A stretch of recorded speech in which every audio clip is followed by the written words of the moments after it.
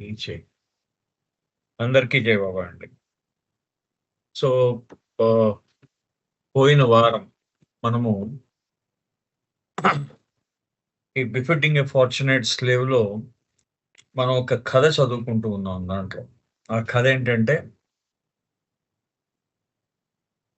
బాబా చెప్తూ ఉంటారనమాట. అది ఇరుచ్ గారు చెప్తున్నారు. ఒక రాజుగారు ఉన్నారు. ఆయనకి ఆధ్యాత్మికమైన ఎవరినైనా వ్యక్తులని కలుసుకోవడం చాలా ఇష్టం ఆయనకి. సో ఆ విధంగా ఆయన కలుసుకుంటూ ఉండేవాడు. అయితే ఒకసారి ఏమైందంటే ఆ రాజుగారు ఒక తన ఆ రాజ్యంలో ఒక తన మంత్రులందరూ చెప్తారు. ఒక పెద్దాయన గురువుగా అందరూ ఆయనను గౌరవిస్తూ ఉంటారు. ఎందుకంటే ఆయనేదో పెద్ద పెద్ద ఉపన్యాసాలవి ఇవ్వడు. కానీ ఆయన యొక్క సమక్షంలో ఏ విధంగా ఉంటుందంటే దేవుడి దగ్గర ఉన్నట్టు ఉంటుంది అని చెప్పేసి భావిస్తారన్నమాట అది. అదలా భావించేసరికి వాళ్ళేం చేస్తారంటే అందరూ కూడా రాజుగారు ఏమంటారంటే ఆ గురువు గారిని ప్రవేశపెట్టమని చెప్తారు. సరే, వెరీ గుడ్. మొత్తానికి ఆ గురువు గారిని తీసుకొస్తాడనమాట. వచ్చేసరికి ఆయన అంతఃపురం ఆ రాజభవనంలోకి అడుగుపెడుతూ ఆ మెట్లెక్కుతూ ఉంటాడు. భవనం తాలూకు మెట్లెక్కుతూ ఉంటే రాజుగారు ఏమంటాడంటే, "అసలెవరు నువ్వు? ఇక్కడి నుంచి వెళ్ళిపో. నీకేం పనిక్కడ? ఓ నువ్వు బిచ్చమెత్తుకుంటున్నావా? నీకిక్కడ పని లేదు, వెళ్ళిపో" అంటాడు.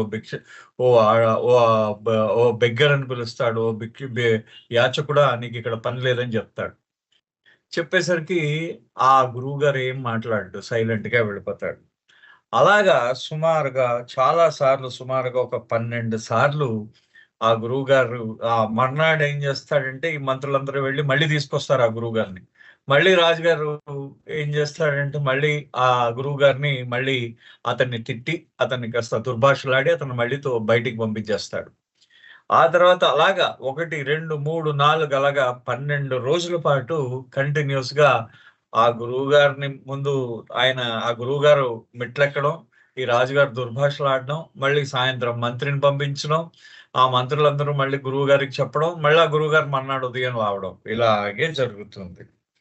13వ తారీఖు నాడు అంటే 13వ రోజు నాడు అతనేం చేస్తాడంటే, ఆ గురువుగారు వచ్చిన వెంటనే గురువుగారి కాళ్ళ మీద పడతాడు. పడి అతనంటాడు, "అయ్యా! నేను నేను నన్ను క్షమించాలి. మీ యొక్క గొప్పతనం ఏంటో నాకు తెలిసింది. నేను ఎన్ని సార్లు మిమ్మల్ని అవమానించినా, ఎన్ని సార్లు మిమ్మల్ని మెడబెట్టుకొని బయటకి తోసేసినా, మీరు మాత్రం మళ్ళీ మళ్ళీ మీరు తిరిగొచ్చి మా ఆతిథ్యాన్ని స్వీకరించడానికి మీరు సిద్ధంగా ఉన్నారు" అని చెప్పేసి ఆయన అంటారన్నమాట. గురువుగారు అంటాడు. అనేసరికి ఆ మాట విని గురువుగారంటారు, "ఏం ఇదేం గొప్పతనానికి చిహ్నం కాదు సుమా" అని అంటారు గురువుగారు. "ఏమనుకుంటున్నావు? అంటే నువ్వు పిలిచావు, నేనొచ్చాను. అంతవరకే." ఆయన గురువుగారు చెప్పడం అన్నమాట. మీరు పిలిచారు. రాజుగా మీరు పిలిచారు. నన్ను ఆహ్వానించారు. నేనొచ్చాను. అంతవరకే. ఇదేం నా గొప్పతనం కాదు అని చెప్పేసి అంటాడు.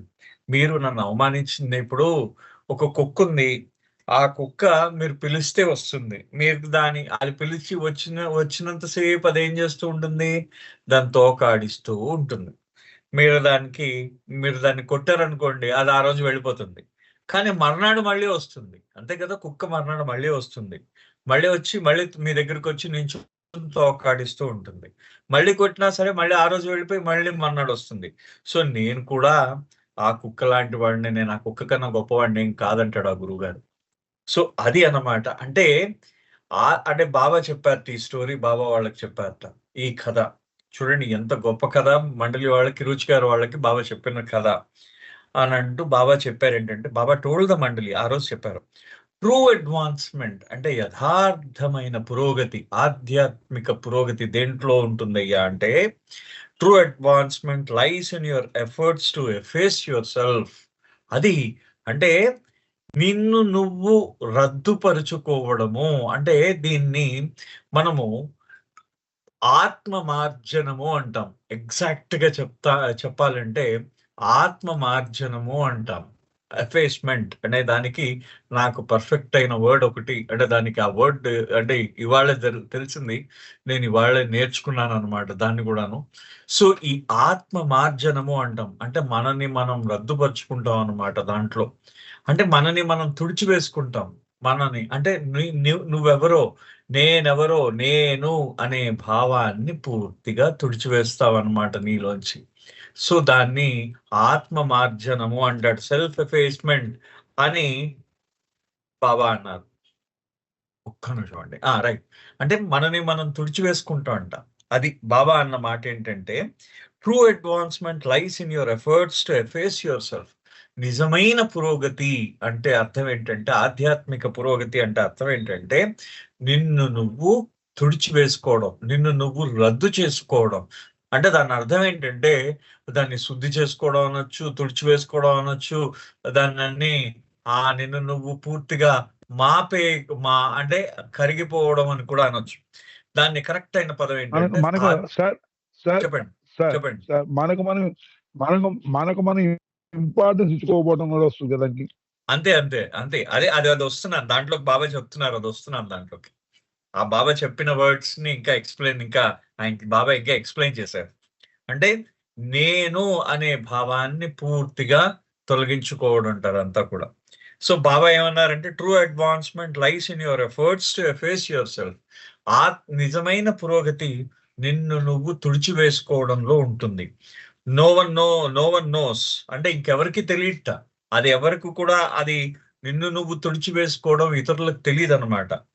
Going into the mountains and meditating is not a real advancement. అంటే ఎక్కడికో కొండల్లోకి వెళ్ళిపోయి శుభ్రంగా ముక్కు మూసుకొని తపస్సులు చేసుకుంటూ, అంటే దాన్ని ధ్యానం చేసుకుంటూ ఉండడం నిజమైన దాన్ని అది పురోగతి కాదుట. అది నిజమైన పురోగతి కాదుట. True advancement is ఎఫేస్మెంట్.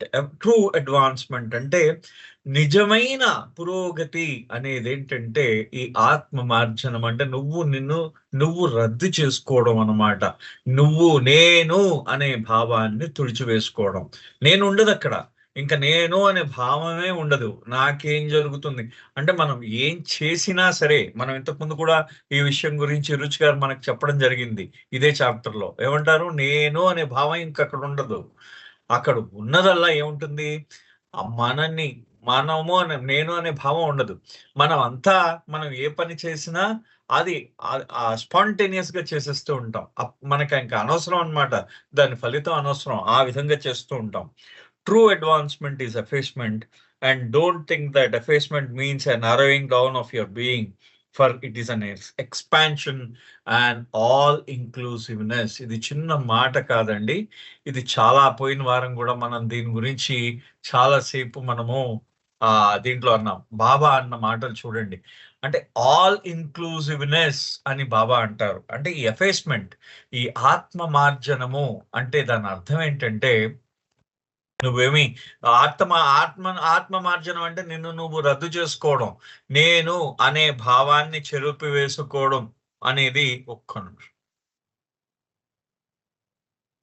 నేను అనే భావం చెరిపి వేసుకోవడం అంటే అంత చిన్న విషయం కాదు అని చెప్పేసి బాబా అంటారు. అంటే నిన్ను నువ్వు చిన్నబుచ్చుకోవడం కాదు అని, నిన్ను నువ్వు చిన్నబుచ్చుకోవడం కాదనమాట. ఇక్కడ బాబా అన్న మాట ఏంటంటే, నిన్ను నువ్వు చిన్నబుచ్చుకోవడం కాదు. బాబా అంటే మనకి అంటే మనం అనుకుంటూ ఉంటాం, నేను పురోగమిస్తున్నాను, నేను ముందుకెళ్తున్నాను, నేను ఆధ్యాత్మికంగా ముందుకెళ్తున్నాను అనే భావం మనలో ఉంటుంది. నేను ముందుకెళ్తున్నాననే భావం ఇంకా నేను అనేది ఉండదు అక్కడ. అనే బాబా ఇక్కడ ఒక మాట అన్నారు, నో వన్ నోస్ అన్నారు, ఎవరికి తెలీదు అని చెప్పేసి అన్నారు.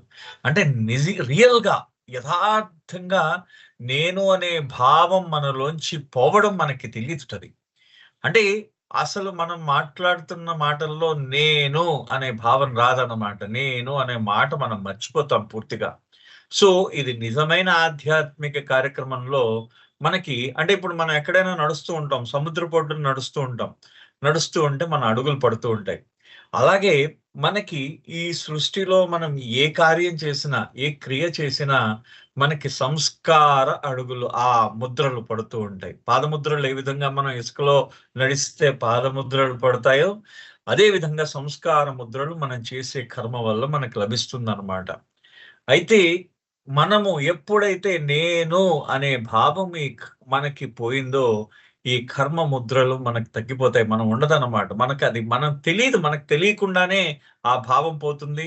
మనకు దాని గురించి తెలీదనమాట. అంటే మనకి నేను మొత్తం అన్ని పరిత్యాగం చేశాను. నేనంతా సన్యసించాను. నేను మొత్తం ఏకాంతంగా ఉన్నాను. ఇప్పుడు మొత్తం తపస్సు చేస్తున్నాను. ధ్యానం చేస్తున్నాను. మొత్తం అన్నిటిని వదిలేశాను. ఇదంతా కూడా మన అహంకారాన్ని బలపరచడమే ఇదంతా కూడా. నేను వదిలేశాను, చేశాడు, నేనన్నీ విత్‌డ్రాన్, ఐ హావ్ స్పిరిచ్యువల్, నేను ఆధ్యాత్మికంగా ముందుకెళ్ళిపోతున్నాను అనే భావం అంతా కూడా నీ అహంకారాన్ని బలపరుచుకోవడమే. అది బాబా అంటే బాబా అనే మాట ఏంటంటే, అంటే నువ్వు ఎంత దీంట్లో ప్రజల మధ్యలో ఉన్నా కానీ, ఎంత అంటే నీ చుట్టూ ఎంత శబ్దం ఉన్నా కానీ, నీకు ఎంత అంటే బాగా తీవ్రమైన జబ్బు ఏదైనా ఉన్నా కానీ, నువ్వు ఏదైతే విధేయత, ఆ వినయం, విధేయతలు ఏవైతే ఉన్నాయో అవేం చేస్తాయంటే, ఈ 2 కూడా నీ జీవితాన్ని బాగా మనకి అంటే చూడండి, అంటే మనకి సానపెడుతూ ఉంటుంది. వజ్రాన్ని సానపెట్టే ఆ రాయి ఏదైతే ఉంటుందో, ఆ రాయిలాగా మన యొక్క అహంకారాన్ని సానపెడుతూ ఉంటాయన్నమాట ఇవన్నీ కూడా. అంటే మన యొక్క విధేయత, ఆ భగవంతుడిపై మనకున్న విధేయత, ఆయన యందు మనకున్న విధేయత, అవి ఆయన యందు మనకున్న ప్రేమ, మన యొక్క ఆ మార్జనం అంటే మనం నిజంగా మనల్ని మనం రద్దు చేసుకోవడం, అది ఏం చేస్తుందంటే పూర్తిగా మనం సానపెడుతూ ఉంటాయి. అంటే ఈ యొక్క నిజమైన పురోగతి, ట్రూ అడ్వాన్స్‌మెంట్ ఈస్ ఎఫేస్‌మెంట్ అన్నారు. అంటే మీకిక్కడ బాబా చాలా క్లియర్‌గా చెప్పారన్నమాట. అంటే నువ్వు ఇంక వేరే వాళ్ళెవరు కూడా నేను అనే భావాన్ని పోగొట్టలేరు. నేను అనే భావం పోగొట్టుకునేవాడు ఎవరు పోగొట్టుకోగలరు? నువ్వే పోగొట్టుకోగలవు. వేరే వాళ్ళతో సంబంధం లేదు. నేను అనే భావాన్ని నేనే పోగొట్టుకోగలను అని చెప్తూ, and don't think that effacement means narrowing down of your being. అంటే నిన్ను నువ్వు చిన్నబుచ్చేసుకోవడం కాదు. అంటే ఒక పెద్ద మనిషి రద్దు చేసుకోవడం అంటే మనం జనరల్‌గా ఏమనుకుంటాం? రద్దు చేసుకోవడం అంటే, నేను ప్రయాణం క్యాన్సెల్ చేసుకుంటున్నాననో, లేపోతే నేను కొంచెం కోపం వచ్చేస్తున్నాను, నేను కొంచెం తగ్గాలనో, లేపోతే నాకు బలం తగ్గిపోయింది, నీరసంగా ఉన్నాననో, ఇలాంటివి కాదట. అది నిజమైన ఈ ఆత్మ మార్జనం కాజాలదుట. అది అలా ఆ విధంగా ఉండదుట. అంటే మనని మనం రద్దు చేసుకోవడము అంటే ఇక్కడ బాబా ఏం చేస్తారంటే, ఇట్ ఈస్ ఎన్ ఎక్స్‌పాన్షన్ అంటున్నారు. అంటే విస్తరణట. మనని మనం రద్దు చేసుకోవడం అంటే మనం విస్తరించుకుంటున్నాము. All inclusiveness. ఇక్కడ బాబా వాడిన పదం ఏంటంటే ఇంక్లూజివ్‌నెస్ అని వాడారు బాబా పదం. అంటే దీన్ని కరెక్ట్‌గా కలయిక అన్నమాట మొత్తం. అంటే ఈ సృష్టిని మొత్తం నీలో కలిపేసుకుంటూ ఉంటావు. ఇంక నీకు తన, పర భేదం లేదు. అప్పుడు నువ్వు భగవంతుడు అయిపోతావు. అంతే కదా! ఫైనల్లీ అది మనకి ఉన్న మనకి బాబా ఇచ్చిన దాన్నేమంటారు గోల్ ఆఫ్ లైఫ్. అది అంటే ఇంక సృష్టిలో నీకు చిన్నది, పెద్దది, మంచిది, చెడుది ఏ భేదం ఉండదు. నీకు సృష్టితో ఆల్ ఇంక్లూజివ్‌నెస్. ఈ ఆల్ ఇంక్లూజివ్‌నెస్ దీన్ని అంటే మనం కరెక్ట్‌గా తెలుగులో చెప్పాలంటే అంతర్గ్రాహకత అంటాం దాన్ని కరెక్ట్‌గా. దాని తెలుగు డిక్షనరీలో దాని అర్థం. అంటే దాని అంతర్గ్రాహకత అంటే అర్థం ఏంటంటే అది కలయిక అన్నమాట.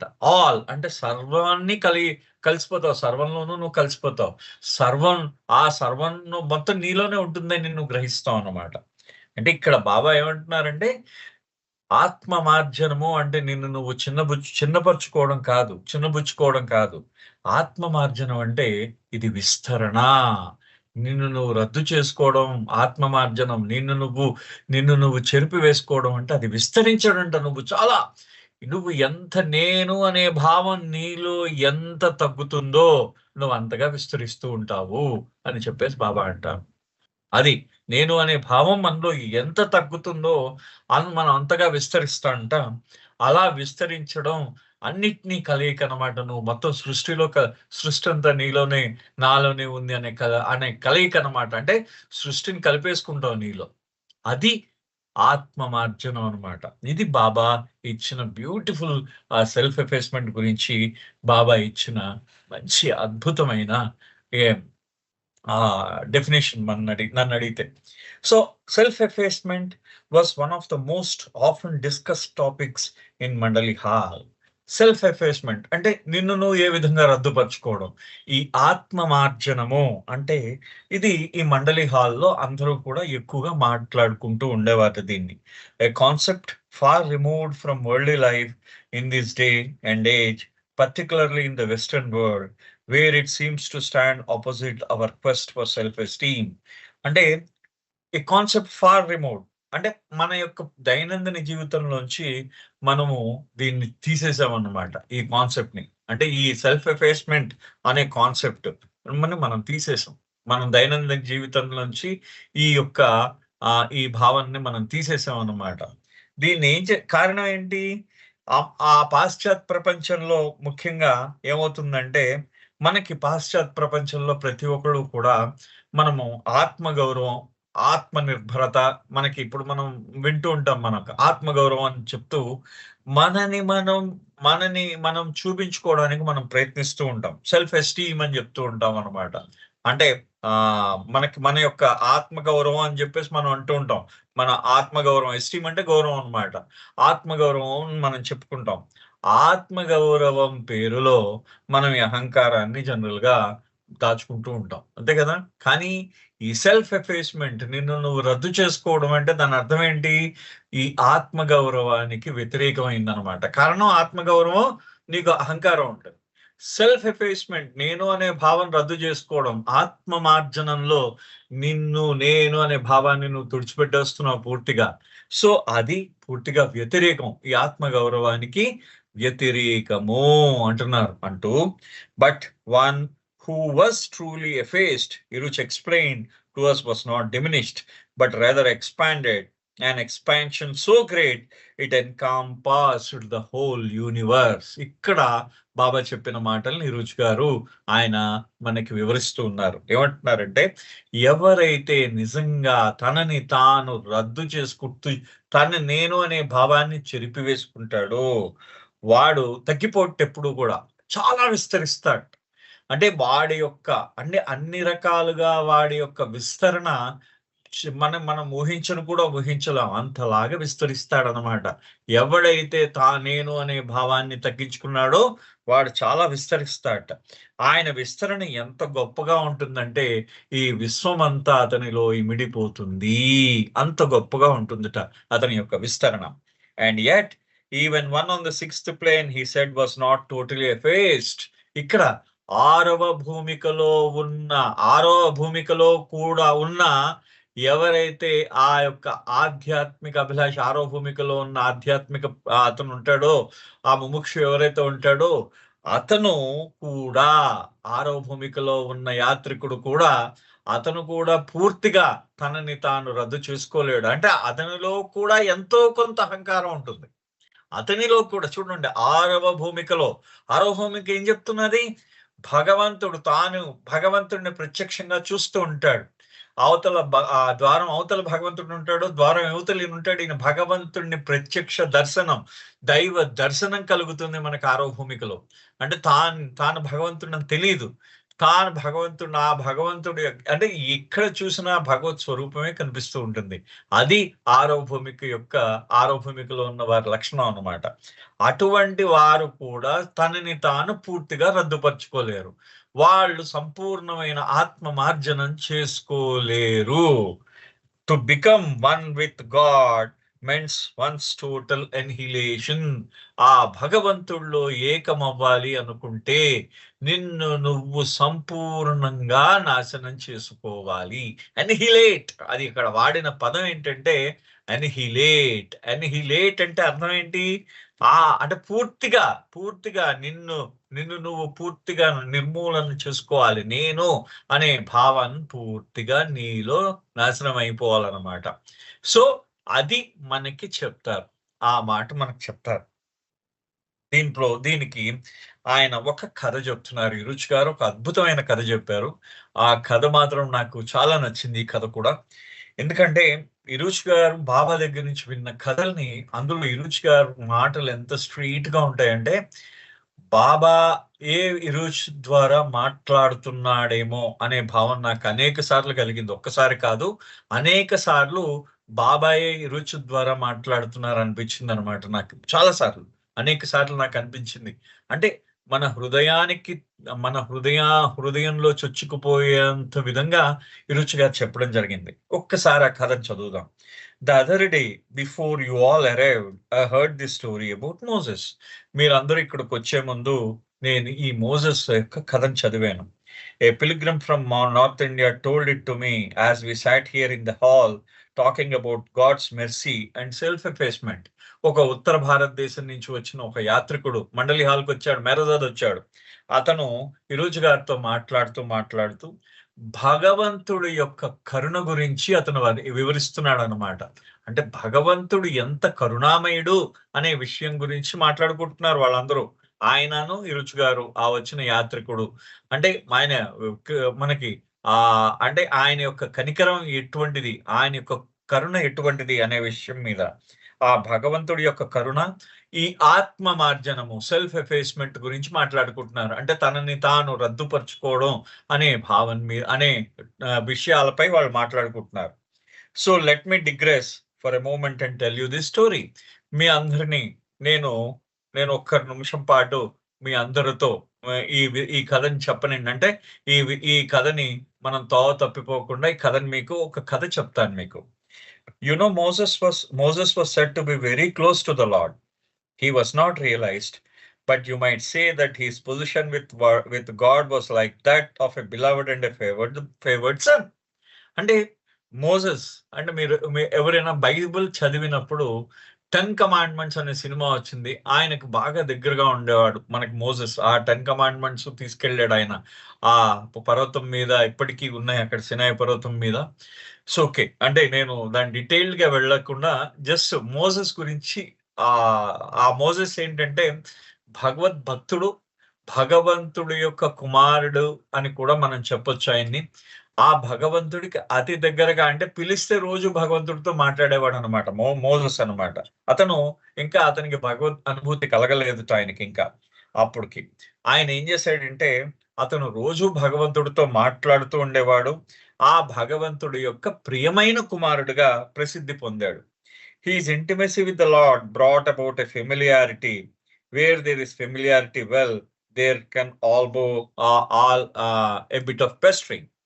అంటే ఆయన భగవంతుడితో ఆయన ఏంటంటే మంచి చేరిక ఉంది, స్నేహం ఉంది ఆయనకి. ఆయన రోజు భగవంతుడితో మాట్లాడుతూ ఉంటాడు కదా, ఆ భగవంతుడితో స్నేహం ఉందిట. ఎప్పుడైతే భగవంతుడితో స్నేహం ఉందో నువ్వు గారాబం కూడా చేస్తావు, అంతే కదా. మీ ఇంట్లో మన పిల్లలు ఎలా ఉంటుంది, మన ఇంట్లో మనం పిల్లల్ని ఎవరైతే మనం బాగా మన పిల్లలు మనతో బాగా చేరుకుంటే మనం బాగా గారాబం చేస్తాం. వాళ్ళు మనం చిరాకు పెడుతూ ఉంటారు. బాగా చిరాకు పెట్టడం, పెస్టరింగ్ అంటే చిరాకు పెట్టడం అన్నమాట. సో ఆ విధంగా మోసెస్ ఆ భగవంతుడి దగ్గరగా ఉన్నాడు కాబట్టి ఆ భగవంతుడిని కూడా ఆయన వెంటాడి వేధించి ఆయనని సతాయిస్తూ ఉండేవాడు. ఆయన భగవంతుడిని సతాయిస్తూ ఉండేవాడు Moses. So one day he is communing with the Lord and he tells him, "You have given me so much, my Lord. You have been so generous with your gifts, but there is one thing I crave. Just for one day, give me the honor of feeding all the creation." జాగ్రత్తగా వినండి. ఈ కథ అసలు మన యొక్క హృదయంలో ఉన్న మన హృదయంలో ఉన్న కొన్ని అజ్ఞానపు ద్వారాలని ఇది ఏం చేస్తుందంటే మనని ఆ జ్ఞానపు ద్వారాలని తెరిచి అజ్ఞానాన్ని దూరం చేస్తుంది. అద్భుతమైన కథ ఇది. ఆయన ఏం చేశాడంటే ఈ రోజు భగవంతుడితో మాట్లాడుతూ ఉంటాడు కదా, రోజు వాళ్ళిద్దరు భగవంతుడు ఆయన మాట్లాడుకుంటూ ఉంటారు. ఆ విధంగా మాట్లాడుకుంటున్నప్పుడు ఒకసారి చెప్పేట, భగవాన్ అంటే దేవుడా, నువ్వు నాకు అన్నీ ఇచ్చావు, నా ప్రభు నువ్వు నాకు అన్నీ ఇచ్చావు. నువ్వు నా మీద ఎంత దయాళుడుగా ఉన్నావంటే నువ్వు ప్రతి ఒక్కటి నాకు నీ బహుమతులుగా నాకు ప్రతి ఒక్కటి కూడా ఇచ్చావు. కానీ ప్రతిరోజు కూడా నేను ఒక్క దాని గురించి నేను బాగా ఒక్క విషయం గురించి నేను బాగా ఆశపడుతూ ఉన్నాను. నాకు ఒకే ఒక్క రోజు ఈ సృష్టి మొత్తాన్ని ఈ సృష్టి మొత్తానికి భోజనం పెట్టే, ఫీడ్ చేయడం అన్నమాట, ఫీడింగ్ అన్నమాట, అంటే భోజనం పెట్టడం అన్నమాట, ఆహారాన్ని ఇవ్వడం. ఈ సృష్టి అంతటికి ఒక్క రోజు ఆహారం ఇవ్వగల అవకాశాన్ని నాకు ఇవ్వు అన్నట్టు మోసెస్. చూడండి, అంటే ఎంత ఆయన అడిగిన విషయం. అంటే భగవంతుడా, నువ్వు నాకు అన్ని ఇచ్చావు, ఒక్క రోజు పాటి సృష్టిలో ఉన్న ప్రతి ఒక్కరికి కూడా నాకు ఆహారం పెట్టే అవకాశం ఇయ్యి, వాళ్ళందరికీ భోజనం పెట్టే అవకాశం ఇయ్యి అన్నట్టు ఆయన. అంటే the lord has hearty laugh and tells Moses, my son, you will never be able to do that. ఆ ప్రభు ఏం చేశాడట, నవ్వేట ఒకసారి, నవ్వి ఒకసారి హృదయపూర్వకంగా, ప్రభు నవ్వితే ఎలా ఉంటుంది, హృదయపూర్వకంగా ఉంటుంది. ఆయన హృదయపూర్వకంగా నవ్వి, నా కుమారుడా, నువ్వు అది చెయ్యలేవు అన్నట్టు ఆయన. నువ్వు చేయలేవయ్యా, నువ్వు సృష్టిలో మొత్తం అందరికీ ఆహారం ఇవ్వలేవు అన్నట్టు. It remains with God alone to have such mercy. అంటే అప్పుడు ప్రభు అన్నట్ట, భగవంతుడు ఒక్కడికి మాత్రమే ఆ కరుణ ఉంది, మిగతా వాళ్ళు ఎవరికి కూడా ఈ సృష్టిలో ప్రతి ఒక్కరికి ఆహారాన్ని అందించే కరుణ లేదు అన్నట్ట.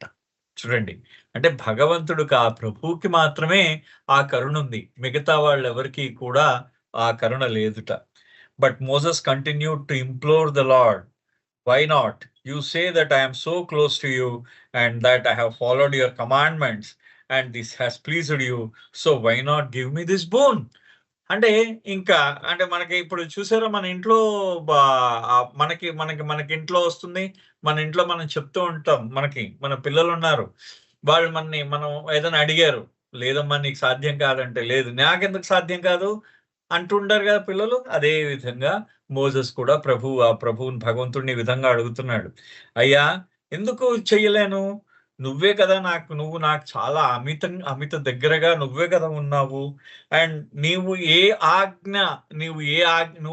నువ్వు ఏదైతే ఆజ్ఞాపించేవో, కమాండ్మెంట్ అంటే ఈశ్వరుడి ఆజ్ఞ అనమాట, కమాండ్మెంట్ అంటే ఈశ్వర ఆజ్ఞ, ఆ ఈశ్వరుడి నువ్వు నీ ఆజ్ఞ ఏదైతే నువ్వు ఆజ్ఞాపించేవో ప్రతి దాన్ని నేను నెరవేర్చాను, నిన్ను ప్రసన్నం చేసుకోవడానికి ప్రతిరోజు ప్రయత్నిస్తూనే ఉన్నాను, నాకు ఈ ఒక్క వరం ఇవ్వలేవా, జస్ట్ ఫర్ వన్ డే, ఒక్క రోజు అని చెప్పేసి, don't you think that I'm worthy, నేను అందుకు అర్హుణ్ణి కాదా ప్రభు అని అడిగాడు అనమాట. చూడండి ఎంత ఎంత గొప్పగా అడిగాడో. అంటే చూడండి ఎలా అడిగాడు ప్రభు, నేను నీకు ఇంత దగ్గరైన వాడినే, నీకు ఇంత దగ్గరగా రోజు నిన్ను అనుసరిస్తున్న వాడినే, నీ ప్రతి ఆజ్ఞని నేను నెరవేరుస్తున్న వాడినే, నిన్ను ప్రసన్నం చేసుకోవడానికి ప్రతిరోజు ప్రయత్నిస్తున్న వాడినే, కానీ నాకు ఈ ఒక్క వరం ఇవ్వలేవా, నాకు ఒక్క రోజు వరం ఈ సృష్టినంతటికి భోజనం పెట్టడానికి ఒక్క రోజు భోజనం పెట్టే వరం ఇయ్యి, నేను అందుకు అర్హుణ్ణి కాదా ప్రభు అని అన్నట్ట. Oh Moses my child, even if I wanted to give you this boon, I can't. You won't be able to do it. Ask me for another boon. ఓ నా కుమారుడా, మోసెస్ అంటే నా పిల్లవాడా అని అర్థం అన్నమాట. ఓ నా కుమారుడా, మోసెస్ నా కుమారుడా, నేను నీకు ఈ వరం ఇచ్చినా కానీ నువ్వు ఆ వరాన్ని పూర్తిగా నువ్వు దాన్ని ఆ పనిని నువ్వు చెయ్యలేవు. అంటే సృష్టి మొత్తానికి నువ్వు ఆహారం పెట్టలేవు, నీకు ఈ వరాన్ని నేను ఇవ్వలేను, నువ్వు వేరే వరం కోరుకో అన్నాడు ప్రభు. అంటే ఆ వరం వదిలేసాయి, వేరే వరం కోరుకో అన్నట్ట. అనేసరికి Moses feels miffed and like a child he continues to pout before God. ఇంకెలా ఉంటుంది, కోపం వచ్చేసింది. మిఫ్డ్ అంటే కోపం అన్నమాట. ఆయనకి మోసెస్ కి కోపం వచ్చిందిట. వచ్చి ఈ బొంగ మీద పెట్టుకుంటాం కదా మనం, అంటే గట్టిగా మనం బాబాలుగా దాన్ని ఏమంటారు, ఆయన అలిగాడు అనమాట. అలిగి ఆ చిన్న పిల్లవాళ్ళ అడిగి ఆ భగవంతుడి ముందు అలుగుతూ కూర్చున్నాడు. You see how it is, even then they rears its head. Eruch garu అంటున్నారు, చూడండి ఏం జరుగుతున్నదో అక్కడ. అహంకారం ఏమవుతుందంటే మెల్లిగా అది పొడచూపుతున్నది అనమాట. Unless and until we're completely erased, man cannot disengage from his own separate ego. Eruch garu ఒక్కసారి ఈ మాట చెప్తున్నారు చూడండి.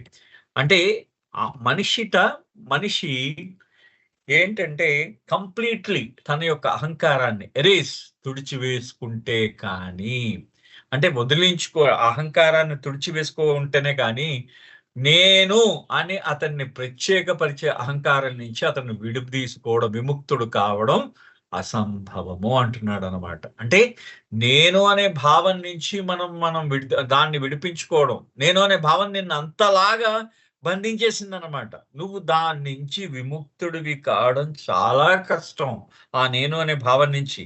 కారణం ఆ ప్రత్యేకపరుస్తున్నది అది నిన్ను. అది అంటే అంత గొప్పవాడు ప్రభువుతో మాట్లాడే మోజెస్కి కూడా మెల్లిగా అహంకారం పొడి చూపిందనమాట. అది ఆయన చెప్తున్నారు. Time passes but still Moses adamant. కాలం గడుస్తున్నది, అయినా సరే మోజెస్ నాకు ఈ వరం కావాల్సిందే అని మొంకు పట్టుకుని కూర్చున్నాడు. Please lord, I don't want any other boon, just this one, let me feast the creation. Bob అంటే చూడండి, బాబు ప్రభు నాకు ఇంక ఏ వరం వద్దు, నువ్వు ఇచ్చే ఏ వరం వద్దు, ఈ మొత్తం సృష్టి మొత్తానికి ఒక రోజు నన్ను విందివ్వని, ఫీస్ట్ విందివ్వని నన్ను అన్నాడు అనమాట ఆయన. అనేసరికి అప్పుడు భగవంతుడు అంటున్నాడు, are you not listening Moses? I'm telling you that is impossible. You won't be able to feed creation, only the creator can feed the creation. నేను వినిపించుకో మోజెస్, నేను చెప్పేది విను మోజెస్, నేను చెప్పేది విను. ఇది నువ్వు ఏదైతే అడుగుతున్నావో అది పూర్తిగా అసాధ్యం. నువ్వు ఈ సృష్టి మొత్తానికి నువ్వు విందు చెయ్యలేవు, దానికి ఆ సృష్టి మొత్తానికి ఆహారం పెట్టలేవు. సృష్టికర్త మాత్రమే ఆహారం పెట్టగలడు, ఇంకెవరు కూడా ఆహారం పెట్టలేడు ఈ సృష్టికి అని చెప్పేసి ప్రభు అన్నాడు. అనేసరికి but finally all Moses and persevering and persistence was even too much for God to bear. All right, I am telling you that you won't be able to do this, but if you obey my instructions, then we will see about your bone. Now Moses is happy. Whatever you want me to do, I will do it. ఆయన ఏమన్నాడు, ఆ పాపం రోజు ఇంకా అలుగుతున్నాడు. ఎంతసేపు 24 గంటలు అలుగుతూ కూర్చున్నాడు Moses. అలుగుతూ కూర్చునేసరికి ఇంకా ప్రభువుకి విసుగొచ్చింది. వచ్చి ఆయన ఏమన్నాడంటే, సరే నేను ఇప్పుడు ఇంత చెప్తున్నాను, వినిపించుకోవట్లేదు.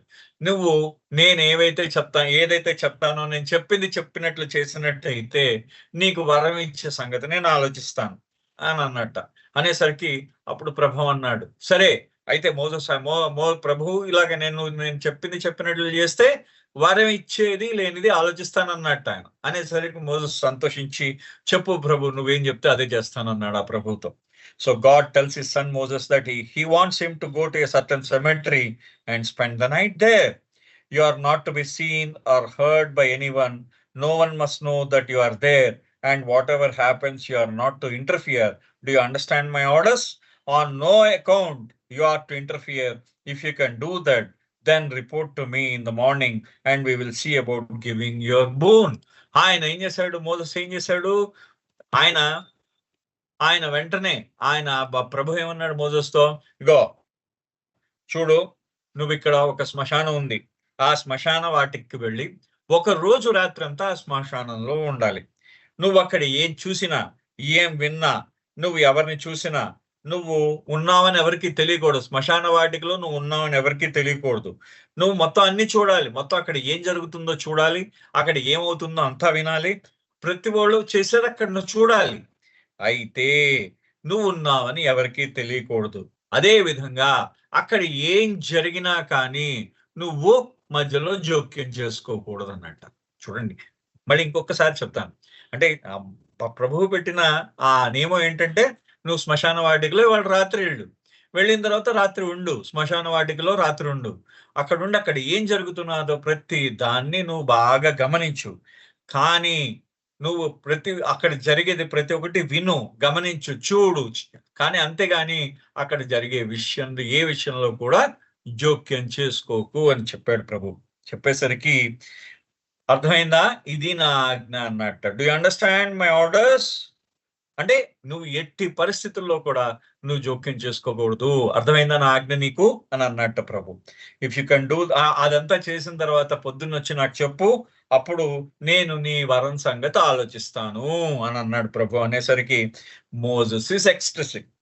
And now the bone seems within arm's reach. He can obey these orders easily, thinks to himself, what is in it? I'll find a good hiding place and keep out of sight.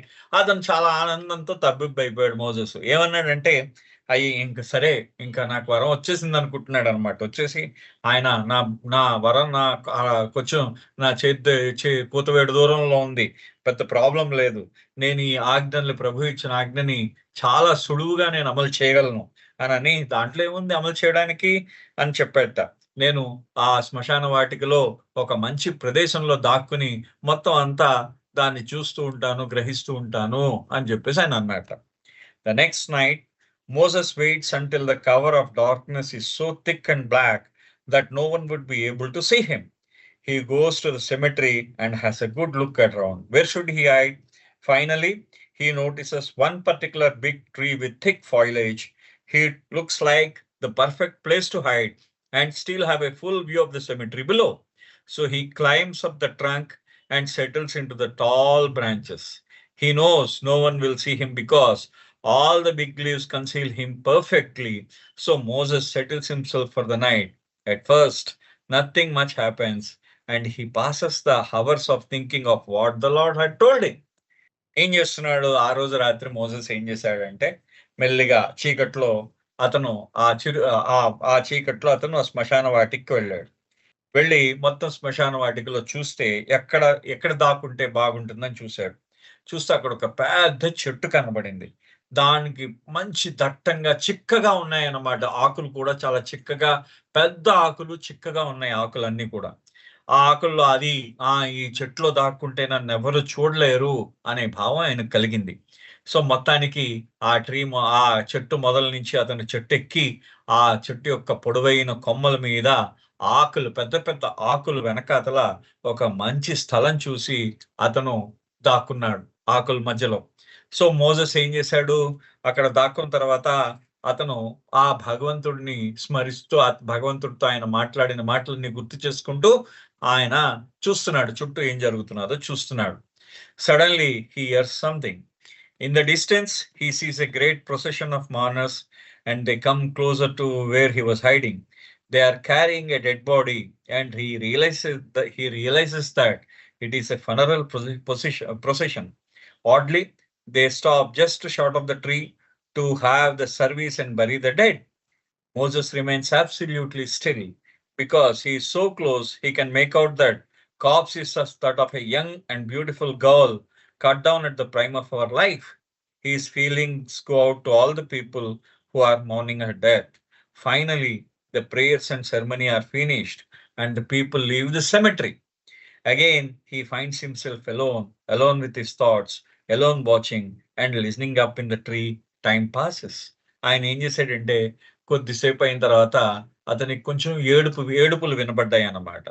ఆ ఏడుపులు ఎక్కడ వినిపిస్తున్నాయని అతను దూరం నుంచి ఒక శవ ఊరేగింపు వస్తున్నది. శవాన్ని తీసుకుని ఒక ఊరేగింపు వస్తున్నది అన్నమాట. వాళ్ళు ఆ శవాన్ని తీసుకుని ఆ మృతదేహాన్ని తీసుకుని వాళ్ళు వస్తున్నారు. వచ్చి కరెక్ట్ గా ఈ చెట్టు కిందే ఆ మృతదేహాన్ని పెట్టారు. పెట్టిన తర్వాత వాళ్ళ కర్మకాండలన్నీ ఉంటాయి కదా, కర్మకాండలన్నీ వాళ్ళు చేసుకుంటున్నప్పుడు అక్కడ ఆ మోసెస్ మాత్రం అలాగే ఆ చెట్టు మీద అలాగే ఉన్నాడు. అతను ఆ చెట్టు మీద నుంచి చూస్తున్నాడు. అతను ఆ శవానికి స్పష్టంగా చూడగలుగుతున్నాడు అన్నమాట ఆ మృతదేహాన్ని. అది ఒక ఆడపిల్ల, అంటే ఒక యువతి యొక్క శవం అన్నమాట. అది పాపం చాలా చిన్న వయసులో ఆ అమ్మాయి ప్రాణం కోల్పోయింది. మొత్తానికి అక్కడ అందరూ ప్రార్థనలు, ఈ కర్మకాండలన్నీ చేసేసిన తర్వాత వాళ్ళందరూ ఏం చేశారంటే వాళ్ళు మొత్తం ఆ శవాన్ని పాతి పెట్టేసి వాళ్ళు వెళ్ళిపోయారు. మళ్ళీ మోసెస్ ఒక్కడే అయిపోయాడు అన్నమాట. అతను ఆ చెట్టు మీద కూర్చున్నాడు, కాలం గడుస్తున్నది. Once again he hears a sound. His hearing has become so acute that he instinctively is aware of footsteps crunching the broken twigs and soft grass underfoot. The sound is becoming louder and moving towards him. Moses becomes motionless, and as the figure emerges out of the dark night, he can see that it is a young man. Perhaps Moses, it is her intended. But when the man gets closer to the grave, he begins digging at the ground, clawing at it until he uncovers the young girl's body. Moses thinks, my God, how he must have loved her. He must have become mad over loving her. అతను ఏం చేశాడు, ఒక్కసారి ఈ లోపల అతనికి ఒక శబ్దం వినపడింది. ఆ శబ్దం అతని చెవులు ఏమైపోయాయంటే చీకటిగా ఉంది, అందాక నుంచి వింటూనే ఉన్నాడు, అక్కడంతా నిశ్శబ్దంగా ఉంది. ఆ చెవులు చాలా బ్రహ్మాండంగా పనిచేస్తున్నాయి అన్నమాట ఆయనకి. ఆ చెవులు ఏమవుతుందంటే అక్కడ ఎవరో అక్కడ చిన్న ఆ కర్రపుల్లను తొక్కుతూ ఆ గడ్డి మీద నడుస్తున్న చిన్న శబ్దం ఆయనకు వినపడింది. మెల్లిగా ఆ శబ్దం తన దగ్గరకే వస్తున్నది అనే భావం కలిగిందిట ఆయనకి. సో అతను ఆ చెట్టు మీద ఏమాత్రం కదలకుండా కూర్చున్నాడు. అతని దగ్గరికి వచ్చేసరికి ఆ శబ్దాన్ని చూస్తున్నాడు, ఎవరొస్తున్నారా అని చూసేసరికి ఒక యువకుడు ఆ చీకట్లోంచి ఒక యువకుడు రావడం అతనికి కనబడింది. సో అతను మెల్లిగా ఆ యువతి యొక్క ఆ సమాధి దగ్గరకు వచ్చాడు. అప్పుడే పాతి పెట్టారు కదా యువతిని, సమాధి చేశారు. ఆ సమాధి దగ్గరకు వచ్చారు. వచ్చి మెల్లిగా అతను ఏం చేశాడంటే ఆ గోళ్లతో తన చేతులతో ఆ మట్టినంతా తవ్వేయడం ప్రారంభించాడనమాట. అప్పుడు మోసెస్ అనుకున్నట్టు, అబ్బా! ఓ భగవంతుడా! ఇతను ఆ అమ్మాయిని ఎంత ప్రేమించుంటాడు. ఇతను ఆ అమ్మాయి అంటే ఎంత పిచ్చివాడైపోయాడేమో. ఆ అమ్మాయిని అంత ప్రేమించాడేమో అని చెప్పేసి Moses అనుకున్నట్ట. Then, instead of weeping over her body, what transpires next is unbelievable. That man starts ripping the girl's clothes off her body and begins to rape her corpse. Moses is shocked, he is repulsed and horrified by the scene that he is witnessing. అతను ఏమనుకున్నాడు? ఆ అమ్మాయి ప్రేమించిన వాడు అని అనుకున్నాడు కదా! అతను ప్రేమించిన వాడు అనుకున్నాడు. కానీ ఒక్కసారి ఆ అబ్బాయి ఏం చేశాడట? ఆ అమ్మాయి శవాన్ని బయటికి తీసి, ఆ శవం మీద ఒంటి మీద ఉన్న ఆ అమ్మాయి దుస్తులన్నీ లాగేశాడట. శవం ఒంటి మీద ఉన్న దుస్తులన్నీ లాగేసి, ఆ శవాన్ని మానభంగం చేయడం ప్రారంభించాడు ఆ యువకుడు. చేసేసరికి ఇతను చాలా అసహ్యం అనిపించిందనమాట మోసెస్‌కి. ఒక్కసారి అతనికి అసహ్యం అనిపించింది. ఈ విషయం అంతా కూడా చాలా అతను ఆశ్చర్యపోయాడు. మొత్తం భయపడిపోయాడు ముందు. హారిఫైడ్ అంటే అసహించుకున్నాడు అతను. అసహ్యం అనిపించుకుందనమాట. అసహ్యం అనిపించి అతను చిన్న పేసరు భయపడ్డాడు కూడా. ఇలాంటిది ఏంటి ఇలా జరుగుతున్నది అనే చిన్న భయం కూడా కలిగింది అతనికి. He wants to beat that man and drive him away. He wants to strangulate him, but instantly he remembers God's instructions.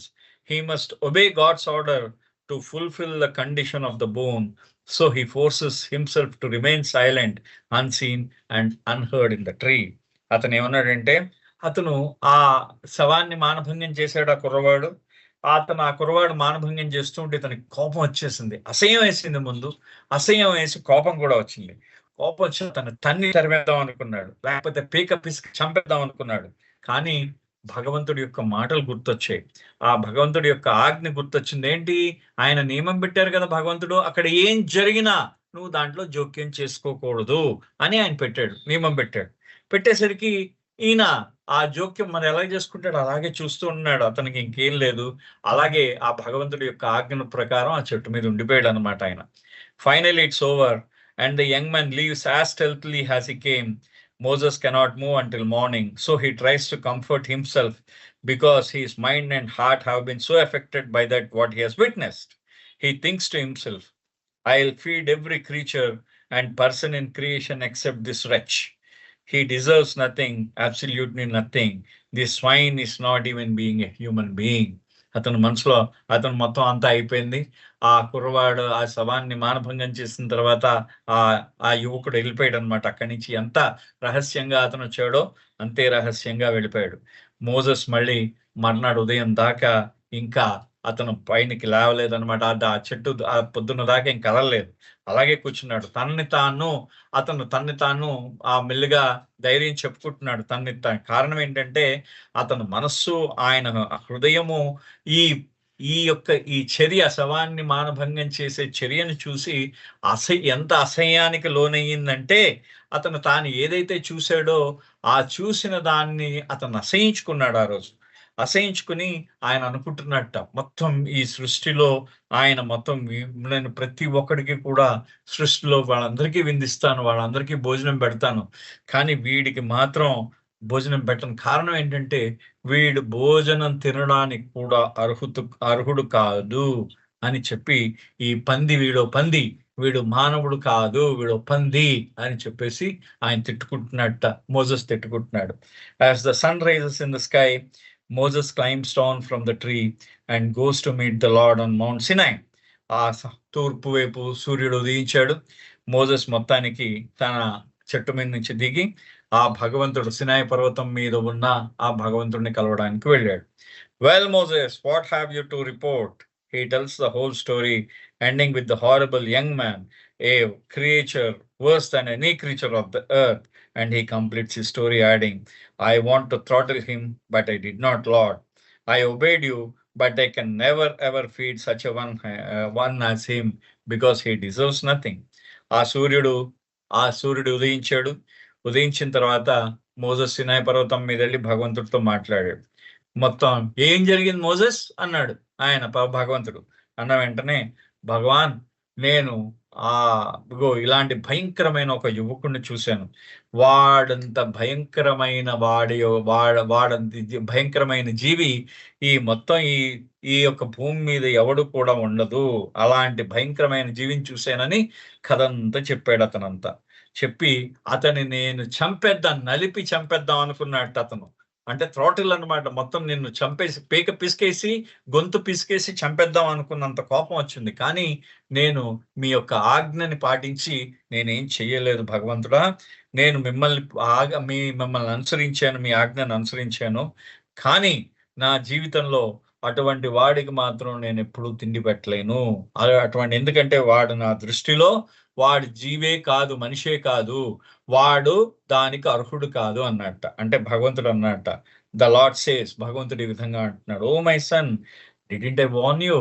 ఓ నా కుమారుడా, నేను ముందే నిన్ను హెచ్చరించాను కదా. This is why I told you it would be impossible for you to feed all creation. అందుకనే నేను ముందు ఏం చెప్పాను నీకు, ఈ సృష్టి మొత్తానికి నువ్వు ఆహారము ఇవ్వగలగడం. అంటే నువ్వు ఆహారాన్ని, సృష్టి మొత్తానికి నేను ఒకరోజు ఆహారం ఇస్తానంటున్నావు. ఆ సృష్టి మొత్తానికి నువ్వు ఆహారం ఇవ్వగలగడం అసాధ్యమని నీకు నేను చెప్పానా లేదా అని చెప్పేసి అన్నట్ట భగవంతుడు. But in spite of my telling you that you won't be able to do it, you insisted. నువ్వేం చేసావు? నువ్వు నేను చెప్పినా కానీ నువ్వు వినిపించుకోకుండా ఈ సృష్టి మొత్తానికి ఆహారాన్ని ఇవ్వగలిగే వరాన్ని, నాకు ఒక్కరోజు ఆహారం ఇవ్వగలిగే వరాన్ని నాకు ఇవ్వు అని చెప్పి నువ్వు చాలా సార్లు నువ్వు ప్రాధేయపడ్డావు, నువ్వు గట్టిగా అడిగావు నన్ను. Only God can do that. ఆ భగవంతుడు మాత్రమే చేయగలడు. Only God is so merciful to allow each and every one to be fed. He too would get his sustenance. చూడండి, అంటే భగవంతుడు మాత్రమే అంత కరుణామయుడు, ఇంకెవరు అంత కరుణ ఉండదుట అని ఆ భగవంతుడు ఈ విధంగా అంటున్నాడు. ఆయన ఈ విధంగా అన్నట్ట, భగవంతుడికి మాత్రమే అంత కరుణ ఉంది. ఆయన మాత్రమే అంత కరుణ కలిగిన వాడు కాబట్టి ఆయన మాత్రమే ప్రతి ఒక్కరికి కూడా అతను ఆహారాన్ని అందిస్తాడు. ఆ యువకుడికి కూడా, అంత పాపం పని చేసిన యువకుడికి కూడా ఆయన ఆహారాన్ని అందిస్తాడు. కాబట్టి నేను ఆయనకు ఆహారం అందిస్తున్నాను.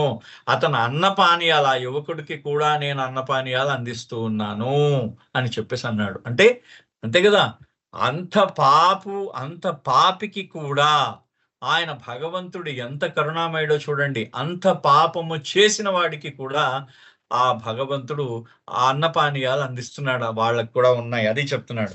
That is why only God can feel the world. Eruch garu అంటున్నారు, అందుకనే భగవంతుడు మాత్రమే ఈ సృష్టిలో ప్రతి ఒక్కరికి అన్నపానీయాలు ఇవ్వగలడు.